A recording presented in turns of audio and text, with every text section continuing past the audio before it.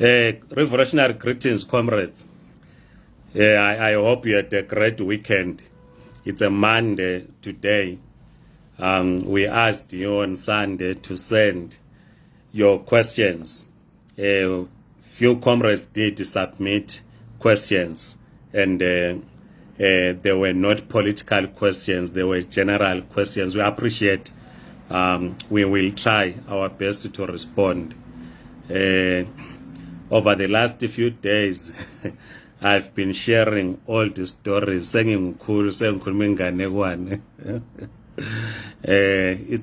nice ukuthi we remember what happened in the past, what we went through. Unfortunately, when we share our own experiences as we're growing up, some people are quick to point tribalism, and I seem not to understand why comrades will simply quickly point tribalism when we share what some of us went through, because we can't change history. That's the reality. We can't. Whether it is bad or it is good, we can't change it. What we can change is what we want to be from today going onwards. But we can't change what happened yesterday. We can only draw lessons from what we did yesterday and begin to say, no, if it was wrong, we correct and do the right thing. This is why it's important that we start our past, because some of the violence that we are going through as a country, the political violence in Zimbabwe, has its roots in the liberation struggle, as I indicated on Sunday through an article about the treatment that we received in the hands of some Zanla forces that were operating in our area. I grew up during that time in the village. Our school was closed. We couldn't go to school because of the war. We were to go to what was called Pungwes, night meetings on top of a hill, where we would carry carry food to give to Zanla forces. So these are things that happened, and every one of us has a story to tell of what happened. Those that were there during the struggle for national liberation, those that were there in the 80s, even someone born in 2000 has got a story to tell about what they went through. So of course there are some, like I'm saying, that when you tell your own experiences, they want to silence you, to say no, don't speak about this, because you are a leader of a leftist political formation. If you speak about this, you are promoting tribalism. Not at all, not at all. Because we need to understand why ZANU-PF is a violent party today. Because it did not just start today or start with the formation of the MTC, that ZANU-PF as a political institution has been using violence as a tool. They are in control of the Zimbabwean state, and they are using state apparatus to silence those that they do not agree with.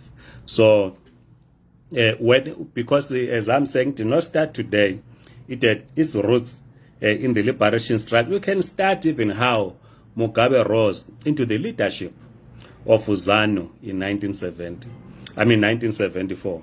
And how the role that the military, the Zanla military, played in placing Mugabe as the head of ZANU. And we all remember what happened in 2017. So the events that happened in 2017, when the military rolled its tanks in the streets of Harare to remove Mugabe, is not a new thing, because it is the military, in this case Zanla, in 1974, that installed Mugabe. It is not a new thing that the military will beat up opposition supporters, because this is what they were doing during the struggle for national liberation. On this day, was it 1974 or 1975? I can't remember. ZANLA forces killed Zipra cadres. Remember, there was an attempt to build a united liberation army. But they turned and they killed the Zipra cadres. So violence is not a new thing. So when we share some of these experiences, it's for us to reflect, for us to begin to understand, to say, no, for us to resolve this thing, we need to go to its genesis. Where did this culture of violence start? Because in any case, as we said, ZANU was formed as a project of the imperialist forces in 1963. And it used the violence. Remember the city youth in Harare that Sosbury then, that used the violence against the ZAPU supporters, and ZANLA used violence to dismantle ZAPU structures outside Matebele. It was Mashona land and Manika land in Maswingo. So the split, as we have said before, of 1963, the split of the liberation movement was as a result of the imperialist forces who wanted to curtail the influence of communists in our region. Because remember, ZAP had a relationship with the Soviet Union and other socialist blocs. So the imperialists were not happy. It was during Cold War. So ZANU was formed during Cold War to split the liberation movement, and then went to establish ZANLA, which used violence as a tool during the struggle for national liberation. But these are not the questions that were asked. I thought it's important to mention this because when some of us raise this, some people think that we are going to be intimidated when they say, no, Comrade Mabena, you should not say this because this is tribalism. No. If ZANLA forces raped our sisters, something which I shared, we must speak about it. And if you know that Zipra forces raped your sisters or our sisters, you should share it. We must reflect on what happened in the past, so that we can build a better tomorrow. Because the task that we have is to build an inclusive nation. This is why we are still struggling to resolve the national question, which we have addressed in this platform. We have defined the national question, one, as a question of belonging. Who is a Zimbabwean? There are other citizens today who feel that they are not part of Zimbabwe, they are segregated. So it's an important and a critical question that we must address, to say, who is a Zimbabwean? That's a national question. And the second component of the national question is the whole question of ownership of the means of production. Who controls the economy of Zimbabwe? That's what we must resolve. And we are still failing. 42 years after the majority rule, was still failing to resolve that question. So this is why it's important that at times we need and we share what was happening in those days. But let me get to the questions. I know Comrade Mazibisa will be telling us about Bulawayo first. I asked my comrade to say, not Comrade Mazibisa, though another comrade whom I will not mention. I asked him to define what he means by Bulawayo first from a class perspective. Up to now, I'm still waiting. And I hope he will find time to respond to my question from a class perspective on what it means to put Bulawayo first. Comrade Musafari Shepherd Majongwe writes, he says, do Zim Consulate do fingerprints clearance? What Zim Consulate does, they will record your fingerprints, you send them to Harare. Police clearance is done only in Harare. So you will not, they will not clear you or give you a certificate of clearance that you have never committed a crime in Zimbabwe. So they will not do that. They can allow you to record, to take fingerprints and then send them to Harare. Comrade Nixon, Nation Sibanda writes, can one apply for a passport at SA consulate? You apply for, they will give you forms which you complete and send to Zim, whether in Bulawayo, Lupane, Gwanda, Rosape, wherever there's a passport office, Harare. So that's what they do. So you can utilize the consulate in Johannesburg or use the consulate in Cape Town for you to access passport forms. Comrade Tulani Msipa writes, morning say, any hope for us ZEP holders? Comrade Tulani Msipa, there's no hope. It's important that we tell the truth. It doesn't look good. So we should not mislead you and say, no, they are going to change their minds. There's no hope. If you don't qualify, there's no hope. We are waiting for the amendments which the minister said they are doing on the Immigration Act. So we do not know what will happen. I've been perusing the policy draft documents of the ANC. You know that sometime in July they will be going to their policy conference. We spoke, I think, about this last time. They are not saying much in terms of what I've just seen, the policy drafts that I've scanned. They are not saying much about the migration question, other than to say they need to pay attention to the elections in Zimbabwe. So we do not know whether the ANC would give practical support to ZANU-PF to win the elections in 2023. I do not know, but I saw on TV that ZANU-PF did attend the ANC Johannesburg Regional Conference over the weekend as international guests. So what that means, I do not know. Whether they are cementing their relationship, I do not know.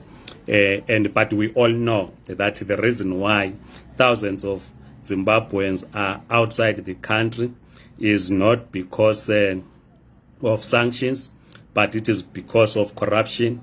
But as communists, we say sanctions must go. We do not support sanctions. But the problem is incompetence, nepotism, corruption by ZANU-PF. So this is why it is important that we build a national democratic economy, and we do not think that ZANU-PF will be able to do so. It has failed in 42 years. Hence, ZANU-PF as an institution and as ZANUism as a political ideology must go. It is high time that ZANUism as a philosophy must go, whether it is in the opposition or in the current ruling party, but we must dismantle ZANUism. This is what we must do. So I think Comrade Tulani Msipa, I've answered you. Then Comrade Tulegile Marvelous Mhlanga asked, any good news about permits, brother? I've already answered that it doesn't look good. Comrade Tulegile Marvelous Mhlanga. We wait for the amendments to the Immigration Act, but to be honest, it doesn't look good at the moment. Comrade Ismail Vigindu Usebel, I know you celebrated your birthday over the weekend. Happy belated birthday. You are writing, when are we organizing the march for MRP9? Well, ours is to give solidarity to the comrades of MRP who are arrested in terms of activities. That is for MRP to decide whether they want to do marches, whatever they want to do. Ours is to give solidarity. I've seen eco cash number circulating on such social media for those that want to support the families of those that are in prison. And yeah, I saw the EcoCash number. They also have a bank account in South Africa where you can. So you can contact the MRP comrades. They will direct you on how you can donate if you want to support the families of those that are in prison or want to contribute towards legal fees. I'm not sure whether the lawyers are giving them pro bono or they are paying for legal fees. I'm not sure about that. But if you contact them, they will be able to assist you. Comrade Anele Moyo. Do I have one Liverpool? Abayizondi Comrade Anele Moyo Liverpool. Everyone loves Liverpool. That one is a fact. Everyone loves Liverpool. But they will talk about Liverpool some other time. Then the last question, I think, the last question is from Comrade Begilizwe Mabuya Lezulu Ndlovu. He writes, do you really think that press statements work? It depends on what you want. It depends on the message that you are delivering through a press statement and on the target. In business, they say target market. On the target market or the audience that you want to address. For instance, the MRP to issue a statement giving reasons why there was this political trial and the political judgment. So it was a press statement, and some of us then get to understand what happened. If they could not have written that press statement, some of us might be speculating. So it depends really, Comrade Love, on what message and the targeted audience.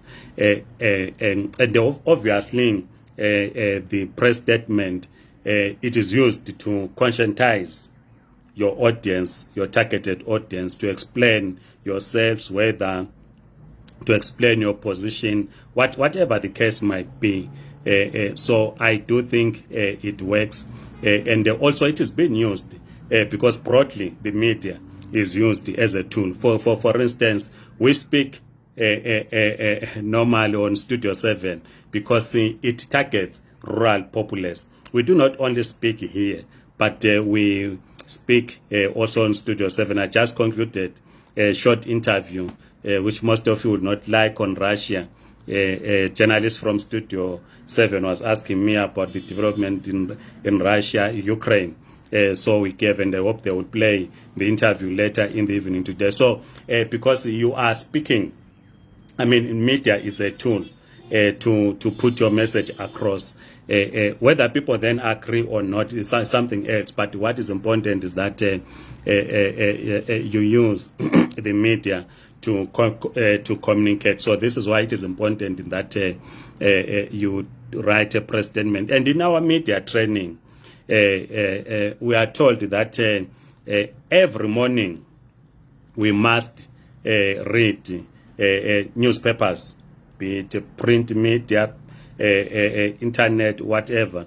We need every morning before 8 o'clock. We should have gone through all the daily papers so that we are able to then prepare a response. For instance, we are in South Africa, we deal with a Zim community with migrants. If maybe there's an article that is anti-migrant, if you get it in the morning that a particular individual has written a negative article about migrants, you need therefore your media team to quickly respond to that article, because anything that you do not challenge in the media, it is taken as a gospel truth. So in our media training, we are told that these are things that we must do. So then, Comrade Love, as I conclude, the media's press statement explains your position on any particular issue. So it is very important.